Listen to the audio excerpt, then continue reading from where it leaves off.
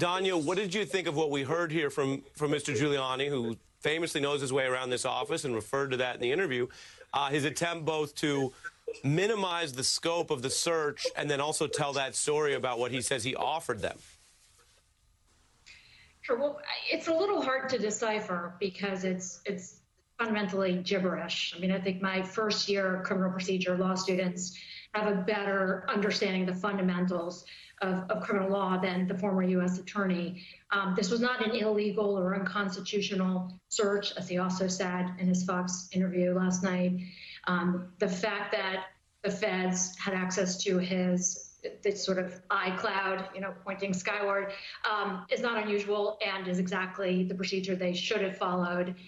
And this was, by the books. And so, it's not a defense. And he was, as you point out, the U.S. attorney who was charged with overseeing, no doubt hundreds of search warrants under his watch. So he knows or should know how it works. And his offer to provide this Hunter Biden, I'm sorry, he also confused, I think, Tucker Carlson and Hunter Biden in his interview. But his offer to provide that hard drive, first of all, as you say, it's just his own account. But it would not surprise me at all if the agents refused that offer. They did not have a warrant for anything other than the very specific electronic devices that they seized.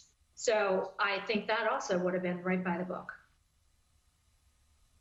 Yeah, you make an important distinction there, which for viewers matters, which is Giuliani's making it sound like, oh, they wanted devices. I got all kinds of devices. Come on in, take it. When in fact, legally, they can only take the devices that are tied to the investigation, in this case, apparently tied to Mr. Giuliani. So if he's got a friend's device or a Hunter Biden device or someone was over for a cocktail and they left a phone on the table, the warrant doesn't necessarily give the government that level of powers. It almost sounded like he wanted to sandbag them. Again, that's just my interpretation based on what was a little bit of a bizarre response. Danya, I want to read to you what Preet Bharara said. Many will remember him as a U.S. attorney in the Southern District that Trump initially kept on, tried to cultivate, then dramatically ousted along with the other U.S. attorneys. He agrees with something you said on this program when the news broke. SDNY is probably far along, given what showing they have to make a probable cause to do the search in the first place. There's a good likelihood of a charge. Based on what we know, Danya, would that charge be something just about foreign lobbying and filing, which, while serious, would be seen by many as quite narrow? Or do you see other potential felonies afoot? Well, based on the discussion that you and Nick just had, there certainly could be much more serious charges.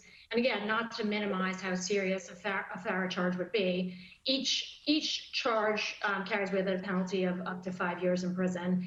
And this conduct, as we understand it, certainly goes to the core of what FARA is meant to protect against. This is, a lack of transparency is one thing, but this is another level. So if he's acting as a foreign agent, without registering, that's a FARA violation. But if he is actually, there could be other national security implications that go far beyond and that carry much stiffer criminal penalties. So I do think some of this news is very troubling here, and also it's got to be troubling for Mr. Giuliani that it's coming out.